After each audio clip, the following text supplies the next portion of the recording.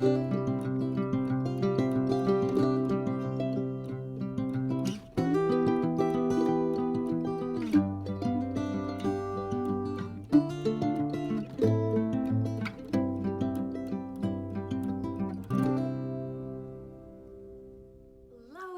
name is Aubrey Rose.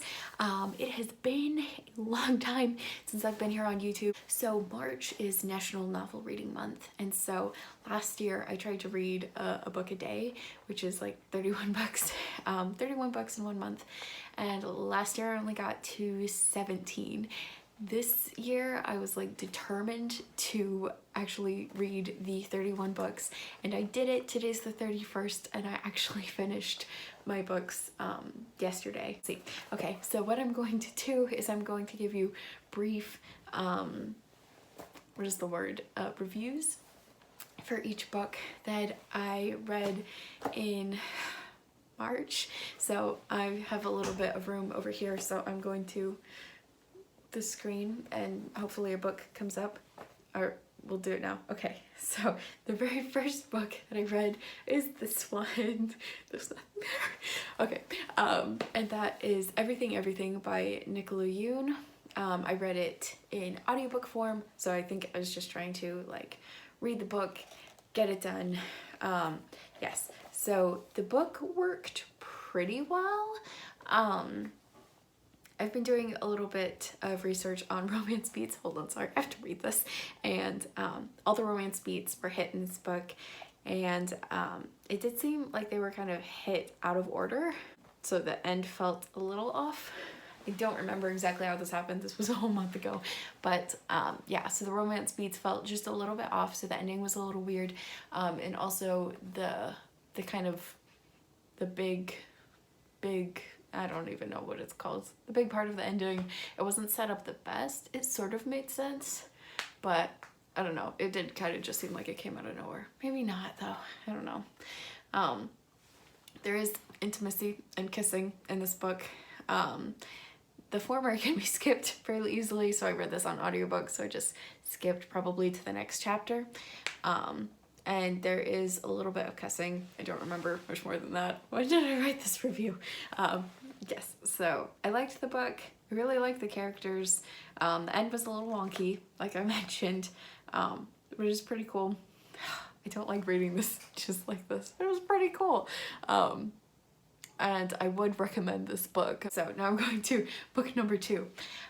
So book number 2 is this one, 5 Feet Apart. So 5 Feet Apart actually has a movie on Netflix, and so I listened to the audiobook and then I went and watched the movie, and you guys, it broke me both times. I'm pretty sure I cried during both the listening to the audiobook and watching the movie, and I really loved the movie. I felt like it was cast so well, and they also took out the like 1 or 2 parts that I really didn't like in the book. So yes, this book worked very well. I thought one of the characters, okay, so I feel like this is a spoil thing, so if I can do it, I'll say where you're supposed to skip to, if I can. So in A Star-Crossed Lovers book, which this is, one of the characters, one if not both characters, are supposed to die. No one dies in this book. Like, they're gonna die later, I guess. It's kind of open-ended, which, I mean, everyone's going to die. That sounds so bad, but the way that I said it before. But no one dies, okay? So that's a little off. Like, that's the hat move scene. That's the... So I don't think it worked perfectly for that reason. End of spoiler. It didn't work entirely because of a reason. Anyway, yes, okay, so clean. There's a lot of cussing and some nudity because they can't kiss, so what else are you supposed to do? This book made me cry, like I mentioned, really touched me. Okay, the characters were so well-rounded. It wasn't just like, you know, the characters are their disability and that's their whole personality trait. These characters had so many different aspects to their personalities and just made they were such well-rounded and good characters. Like, it was one of the best character development things that I've read in a book. I don't know how to phrase that, but hopefully you know what I'm talking about. These characters were so good. And so it was a good reminder too, because people aren't their disability. There's more to them. And yeah, anyway. Okay, I definitely recommend this book. Yes, love that book. Number 3 is The Wrath and the Dawn. When I listen to audiobooks,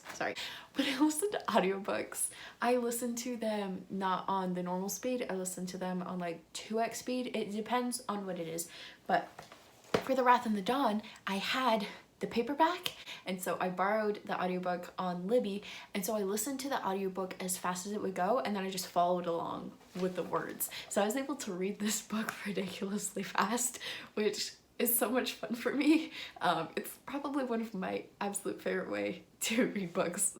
This book, I'm sorry, it was not good. It was not well written. It was kind of choppy. There were things that didn't make sense. It should have been written in first person. I actually remember some of this book.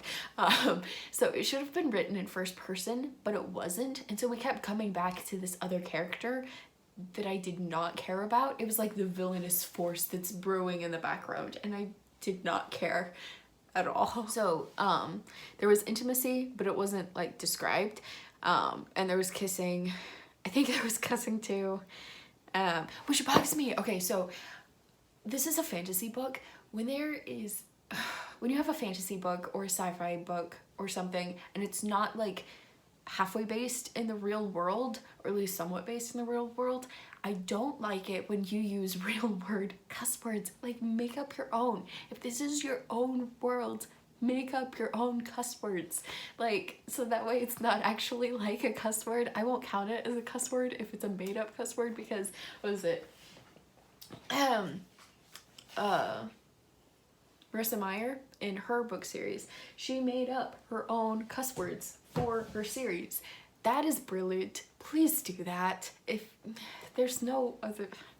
Yeah, okay, that's my only thing. It's almost like... Yeah, it's like making a fantasy book contemporary, or putting dude in a old timey book. Anyway, yeah. Okay, so now we have fun. Sorry, this is my, it's 2 stars. Sorry, I didn't mention the stars on this one. I'll put it on the screen. Okay, sometimes I liked the main character's personality. Only sometimes though. The concept was cool, but I didn't get to understand all of it because there's another book in the series and I didn't plan on finishing it. So I wouldn't really recommend this series. I'm sorry, maybe it gets better. Maybe you will like it. It wasn't my cup of tea. I don't think it worked, but plenty of people like books that don't work. And so it hurts my heart, and I wish that I could help authors and readers. Readers get to experience books that work, and authors to help them make their stories work, to make them better and to make them more satisfying to readers. But I cannot do this to a book that's already been published.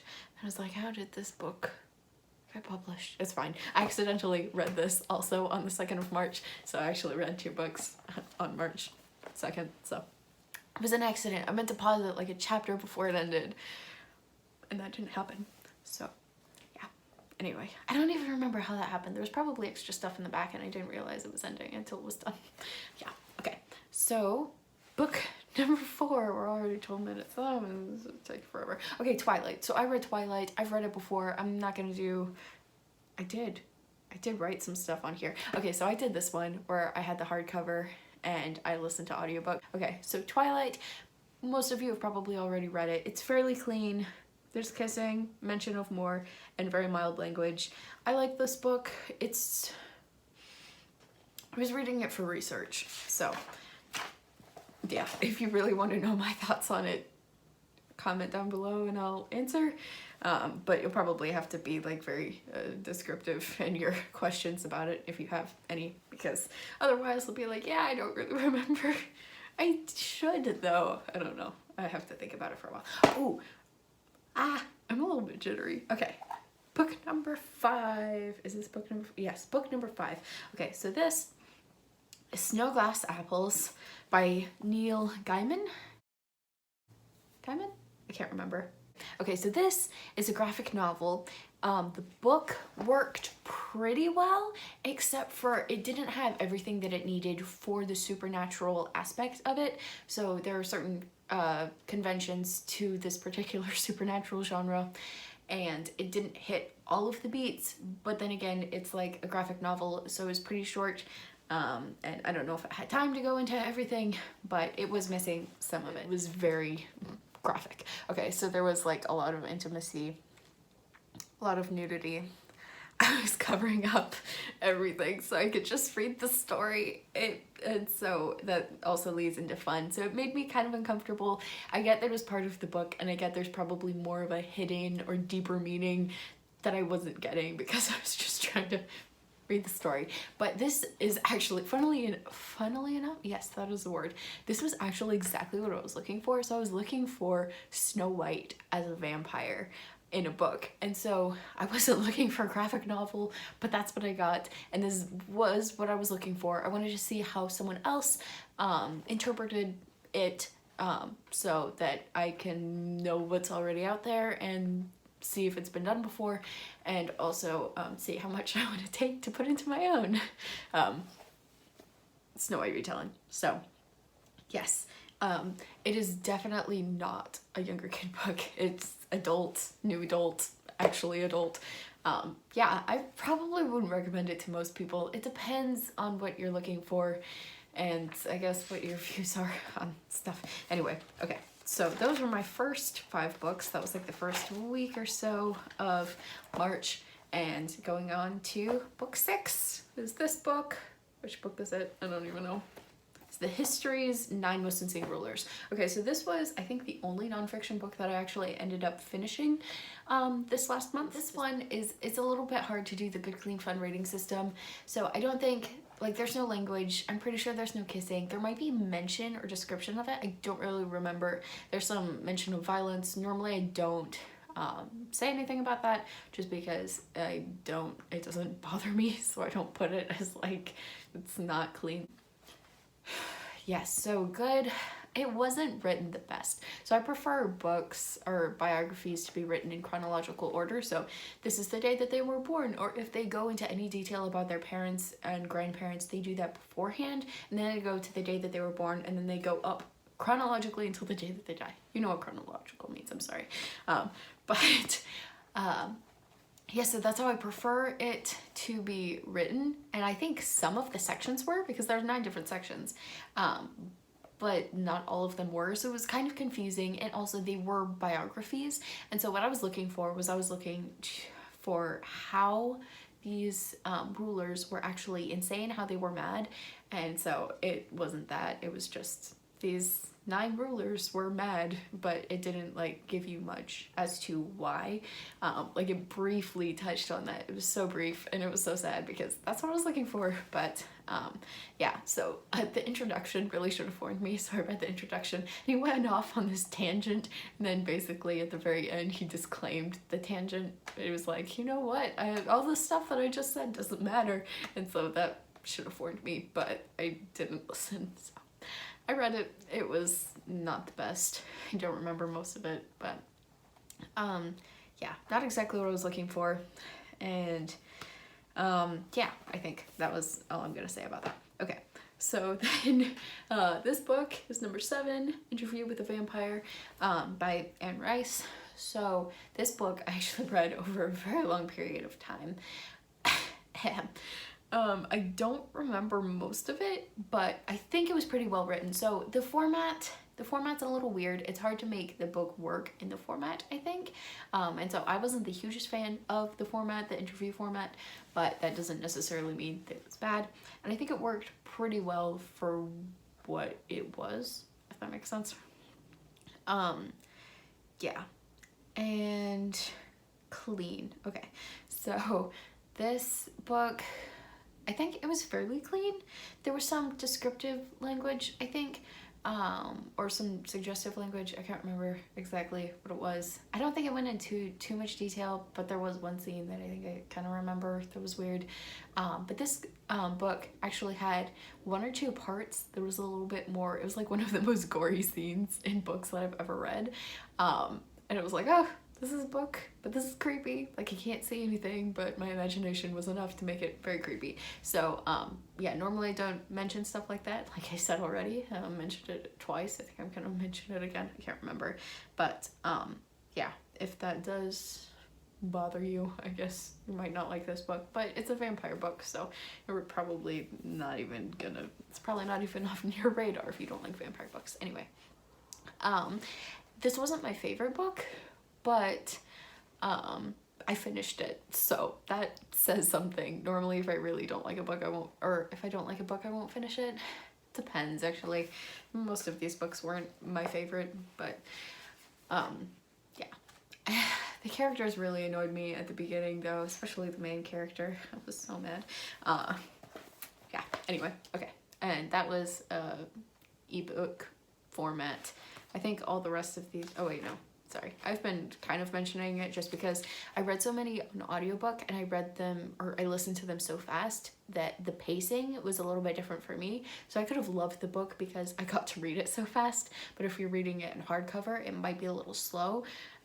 And so I wanted to make that a little disclaimer. So I'll try to remember to let you guys know if I listen to any of these on audiobooks. Okay. Book number 8 is Fairest. First of all, I loved this book. Okay, so it was kind of written like a fairy tale, or like, it was like a storybook. It's kind of written in storybook format, and so it really seemed like, oh, I could read this to a kid, until I got to the end. I don't remember exactly what it was. It's like, excuse me, maybe a kid should not read this. The only thing that I didn't like was when, so this is kind of like Heartless, which is another one of my favorite books. This is how the villain became the villain, to the villain's backstory. It did kind of seem like she just turned out of the blue at the end, like her character shifted. I think it would have worked better if she would have set up her relationship with her father more at the beginning of the book, instead of kind of like throwing it in there at the end so that her change makes sense. It would have worked better and been less jerky at the end if she would have set that up earlier, I think. So yes, it was pretty clean. I mean, the main characters were married, but then again, I was like, oh yeah, I could read this to a kid for all of it except for the end, and by that time her husband died, so I think it was fine. Pretty sure it's pretty clean. And yeah, besides what I mentioned on that front, I really liked this book. So book number 9, ta-da, is Instructions for Dancing. I love this book. Okay, so I like the concept of adding like a little hint of magic into contemporary romance, but at the same time it feels off to me. Like either they forget about it or it just doesn't seem relevant, and so I'm not sure what I feel or how I feel about it. In this case, it really did add to the theme of the book, so that was interesting. Still don't know how I feel about it. It was pretty clean. There was some mild language, I think. There was some language. And then kissing and touching, quite a bit of kissing. That's what I wrote. So yeah, and it's competitive dancing, so it's touching and some suggestive language. This book was really fun, and it also kind of broke me. So you have been warned. It has a twist. You will never see it coming. Maybe you will. I never saw it coming, and it broke me. Okay, book number 10. Yes, no, maybe so. Okay, so I've read 2 political romance books. This was the second one, and I never mean to like pick them up. I was like, oh, this is a political romance book. Oh well. And so I don't really read it for the political stuff. I either try to remember what my views are, or just like ignore it and I'm just there for the romance. But I did like this book in the way that it made it clear that no one political side is perfect. Like there were wrongs to both sides, but yes. I think that was the only thing. I thought the main characters were really cute. I really liked Jamie. He just had such a cute character, and the guy who did his voice in the audiobook was, I really liked that. So sorry, I read Instructions for Dancing and Yes, No, Maybe So, an audiobook.